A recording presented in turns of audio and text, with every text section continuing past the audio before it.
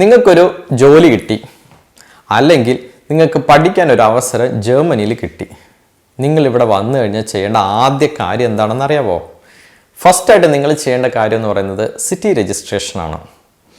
City registration എന്ന് പറഞ്ഞു കഴിഞ്ഞാൽ നിങ്ങൾ ഇവിടെ വന്നു കഴിഞ്ഞാൽ നിങ്ങളൊരു അക്കോമഡേഷൻ കണ്ടുപിടിച്ച് കഴിഞ്ഞാൽ നിങ്ങൾക്കൊരു അക്കോമഡേഷൻ ഇവിടെ വേണം. ഇവിടെ വന്നു കഴിഞ്ഞാൽ താമസിക്കുന്ന അക്കോമഡേഷൻ ആയിരിക്കും.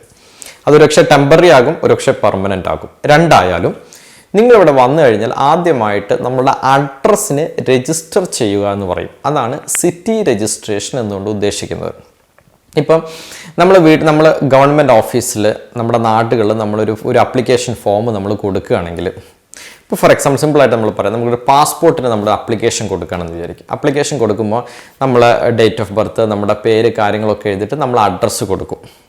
അതേപോലെ ആ പാസ്പോർട്ട് ഏത് അഡ്രസ്സിലോട്ടാണോ ഡിസ്പാച്ച് ചെയ്യേണ്ടത് ആ അഡ്രസ്സ് നമ്മൾ കൊടുത്തു കഴിഞ്ഞിട്ട് നമ്മൾ പാസ്പോർട്ടിന് അപ്ലിക്കേഷൻ സബ്മിറ്റ് ചെയ്ത് കഴിഞ്ഞാൽ, പാസ്പോർട്ട് സേവാ കേന്ദ്രത്തിൽ കൊടുത്തു കഴിഞ്ഞാൽ അതിൻ്റെ പ്രോസസ്സിങ് എല്ലാം കഴിഞ്ഞിട്ട് നമ്മൾ അഡ്രസ്സിലോട്ട് പോസ്റ്റ്മാൻ നമുക്ക് ഈ പാസ്പോർട്ട് കൊണ്ടുവന്നിടും. ഇതാണല്ലോ ഇപ്പോൾ നടക്കുന്ന സംഭവം.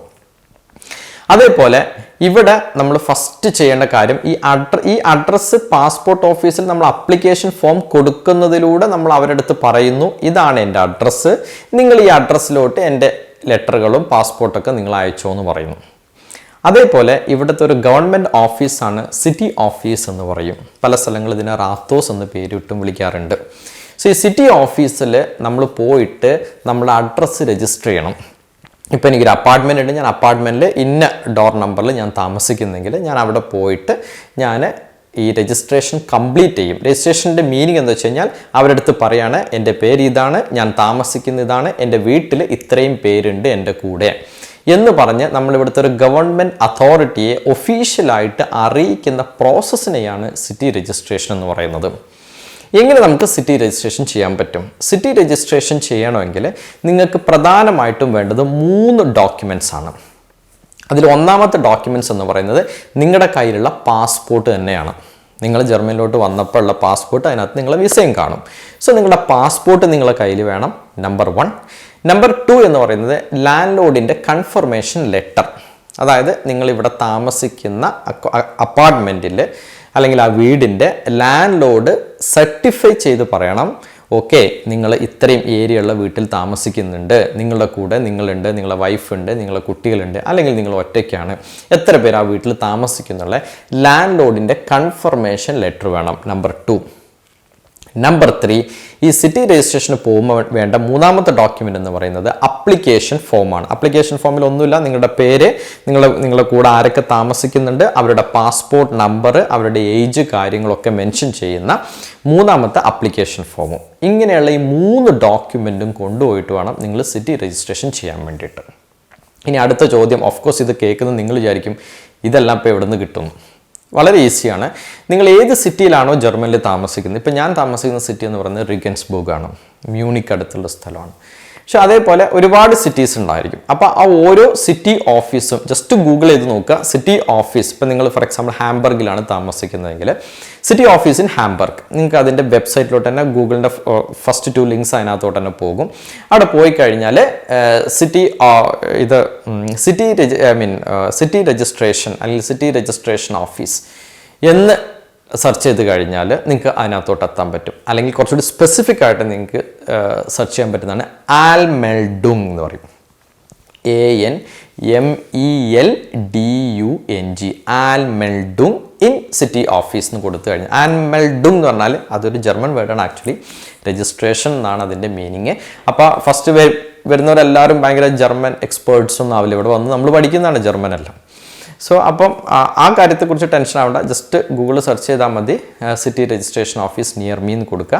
ആ വെബ്സൈറ്റിനകത്ത് പോയി കഴിഞ്ഞ് കഴിഞ്ഞാൽ ഈ ലാൻഡ് ലോഡ് സർട്ടിഫൈ ചെയ്ത് തരേണ്ട ലെറ്ററും നിങ്ങൾക്ക് വേണ്ട അപ്ലിക്കേഷൻ ഫോമും കിട്ടും. ഈ 2 സാധനമാണ് നിങ്ങൾക്ക് അതിനകത്ത് വേണ്ടത്. പിന്നെ മൂന്നാമത് പറയുന്നത് പാസ്പോർട്ട്, അത് ഓൾറെഡി നിങ്ങളുടെ കയ്യിൽ ഉണ്ടാവും. ഈ 3ഉം കൊണ്ടിട്ട് നിങ്ങൾ അങ്ങോട്ട് പോകണം.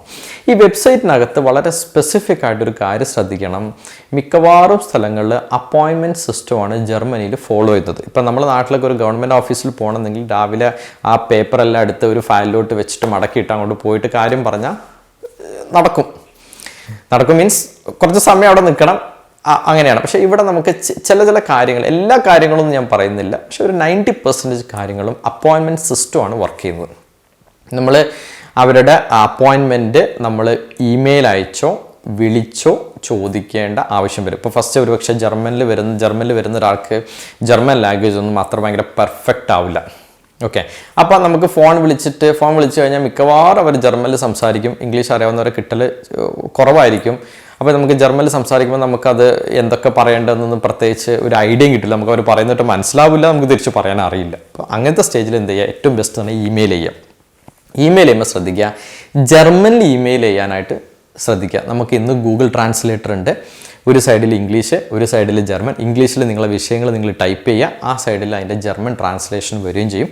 അത് കോപ്പി പേസ്റ്റ് ചെയ്തിട്ട് നിങ്ങളൊരു ഇമെയിൽ ഇവർക്ക് അയച്ചു കൊടുക്കുക. എനിക്ക് ഞാൻ ഇന്ന സ്ഥലത്ത് ഇന്ന സമയത്ത് വന്നതാണ്, എൻ്റെ പേര് ഇതാണ്, എൻ്റെ ഡേറ്റ് ഓഫ് ബർത്ത് ഇതാണ്, എനിക്കിങ്ങനെ സിറ്റി രജിസ്ട്രേഷൻ ചെയ്യേണ്ട ആവശ്യമുണ്ട്, നിങ്ങളുടെ ഒരു അപ്പോയിൻമെൻറ്റ് എനിക്ക് തരുമോ എന്ന് ചോദിക്കുക. അപ്പോൾ മിക്കവാറും അവർ നിങ്ങളുടെ ഇമെയിലിനെ റെസ്പോണ്ട് ചെയ്യും അപ്പോയിൻമെൻറ്റ് ബേസ് ചെയ്തിട്ട്.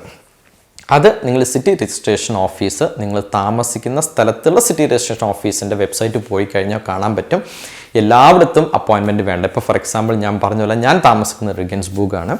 ഇവിടുത്തെ ഒരു സിസ്റ്റം ഞാനൊക്കെ വന്ന സമയത്ത് കണ്ടിരുന്നു, ഇപ്പോഴും അങ്ങനെ തന്നെയാണെന്നാണ് എൻ്റെ വിശ്വാസം. നമുക്ക് രാവിലെ ഈ ഫോം എല്ലാം കൊണ്ടിട്ട് നമ്മൾ ജസ്റ്റ് വാക്കിൻ ആണ്. We don't want to take any അപ്പോയിൻമെൻറ്റിൻ്റെ ആവശ്യമില്ല.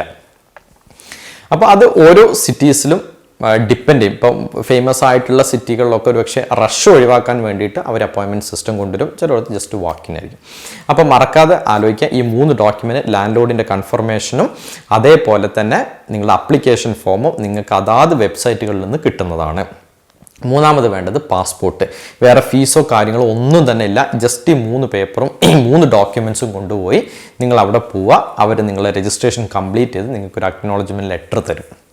ഇത് വളരെ വളരെ ഇമ്പോർട്ടൻ്റ് ആണ്, നിങ്ങൾ സൂക്ഷിച്ചു വെക്കണം. നിങ്ങൾക്ക് ബാങ്ക് അക്കൗണ്ട് മറ്റ് പല കാര്യങ്ങളും ചെയ്യാൻ ഇത് ആവശ്യമായിട്ട് വരും. ഒരു വിഷയം കൂടി പറഞ്ഞോട്ടെ, ഇതൊരിക്കലും ഒരു ടൂറിസ്റ്റായിട്ട് ഇവിടെ വന്ന് നിൽക്കുന്ന ഒരാൾക്കുള്ള ഒരു കാര്യമല്ല ഞാൻ പറഞ്ഞത് പ്യുവർലി ഇവിടെ പഠിക്കാൻ വരുന്ന ഒരു കുട്ടി ഡെഫിനറ്റായിട്ടും ഈ സിറ്റി രജിസ്ട്രേഷൻ ചെയ്തിരിക്കണം. ഇവിടെ ഒരു ജോബ് ഓഫർ കിട്ടി, ജോബ് ചെയ്യാൻ വേണ്ടി വിസ ഒക്കെ കിട്ടി നാട്ടിൽ നിന്ന് വരുന്ന ഒരാളും തീർച്ചയായിട്ടും ഈ കാര്യം ഇവിടെ ചെയ്തിരിക്കണം. ഇത് മസ്റ്റാണ്. ഇത് നിങ്ങൾക്ക് ചെയ്തില്ലെങ്കിൽ നിങ്ങൾ അവരെ എന്തെങ്കിലും കാരണം കൊണ്ട്, നിങ്ങൾക്ക് പല കാരണങ്ങൾ കൊണ്ട് ഇത് ചെയ്യാൻ പറ്റില്ലെങ്കിൽ അറ്റ്ലീസ്റ്റ് നിങ്ങൾ അവരെ ഇൻഫോം ചെയ്യുക. പിന്നെ പല ജെന്യൂൻ റീസൺസ് കാണും, അങ്ങനെയാണ് അവരെ ഇൻഫോം ചെയ്യുക. നമ്മൾ ഇൻഫോം ചെയ്യാതെ, നമ്മൾ രജിസ്റ്റർ ചെയ്യാതെ ഇരുന്ന് കഴിഞ്ഞാൽ നമുക്കിവിടെ ഫൈന് കിട്ടും.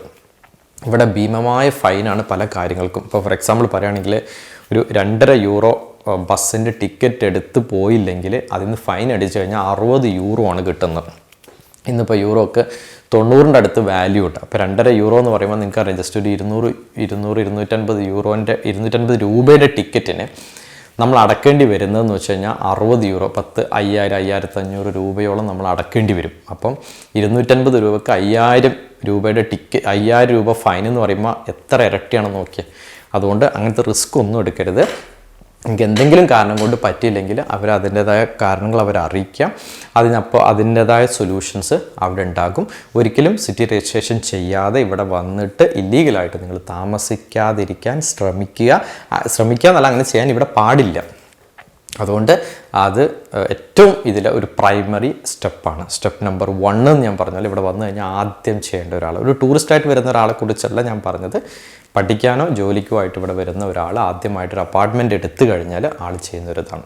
അപ്പോൾ ഒരുപക്ഷെ നിങ്ങൾക്കൊരു ഡൗട്ട് തോന്നിയേക്കാം, ഞാൻ ഫസ്റ്റ് വരുന്നു, ഞാൻ ഈ Airbnb, Booking.com ഒക്കെ വഴി ഞാനൊരു ടെമ്പററി അക്കോമഡേഷൻ എടുക്കുന്നു, അത് കഴിഞ്ഞിട്ട് പിന്നെ ഞാൻ മാറുന്നു.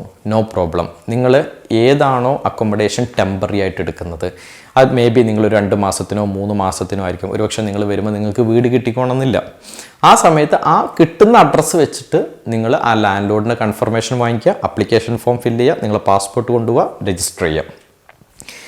2 മാസം കഴിഞ്ഞിട്ട് നിങ്ങൾക്ക് പെർമനൻ്റ് ആയിട്ട് നിങ്ങളുടേതായ ഒരു അപ്പാർട്ട്മെൻറ്റ് നിങ്ങൾ കണ്ടുപിടിച്ചു. അപ്പോൾ അക്കോമഡേഷൻ നിങ്ങൾ മാറിക്കഴിഞ്ഞാൽ ഇതിനെ സിറ്റി രജിസ്ട്രേഷൻ എന്നാണ് പറയുക. ആ സമയത്ത് നിങ്ങളെ പാസ്പോർട്ട് കൊണ്ടുപോകണം, പുതിയ അപ്ലിക്കേഷൻ ഫോം വിത്ത് പുതിയ അഡ്രസ്സ് ആൻഡ് പഴയ അഡ്രസ്സ് അതിനകത്ത് മെൻഷൻ ചെയ്യണം. പഴയ അഡ്രസ്സ് ഉണ്ടെങ്കിൽ മെൻഷൻ ചെയ്യുക, ഇല്ലെങ്കിൽ മെൻഷൻ ചെയ്യേണ്ട. അത് കഴിഞ്ഞിട്ട് ഈ പറഞ്ഞ പോലെ ലാൻഡ് ലോഡിൻ്റെ കൺഫർമേഷൻ, പുതിയ അപ്പാർട്ട്മെൻറ്റ്, ഇത് കൊണ്ടുപോയിട്ട് രജിസ്റ്റർ ചെയ്യാമെന്ന് പറയും. അപ്പോൾ അവരുടെ സിസ്റ്റത്തിൽ നിങ്ങളുടെ ഓൾഡ് അഡ്രസ്സിൽ നിന്ന് ന്യൂ അഡ്രസ്സിലോട്ട് മാറ്റും. ഇത് ഞാൻ പറഞ്ഞ പോലെ നിങ്ങൾക്ക് ഫ്യൂച്ചറിലുള്ള നിങ്ങളുടെ ടാക്സ് റിലേറ്റഡ് വിഷയങ്ങൾ വരുമ്പോഴും അതേപോലെ റെസിഡൻസ് കാർഡ് വിഷയങ്ങൾ വരുമ്പോഴും ബാങ്ക് അക്കൗണ്ട് വിഷയങ്ങൾ വരുമ്പോഴും എല്ലാം ഇമ്പോർട്ടൻ്റ് ആണ്. അപ്പാർട്ട്മെൻറ്റ് മാറിയാൽ ഉടനെ തന്നെ രജിസ്റ്റർ ചെയ്യാനും നിങ്ങൾ മറന്നു പോകരുത്. ഓക്കെ, ഇതാണ് ഇവിടെ വരുമ്പോൾ ശ്രദ്ധിക്കേണ്ട ഒന്നാമത്തെ കാര്യം. ഇതിൽ നിന്ന് കുറച്ച് പേർക്ക് കുറച്ച് ഇൻഫർമേഷൻ യൂസ്ഫുൾ ആയി കിട്ടിയെന്ന് വിചാരിക്കുന്നു.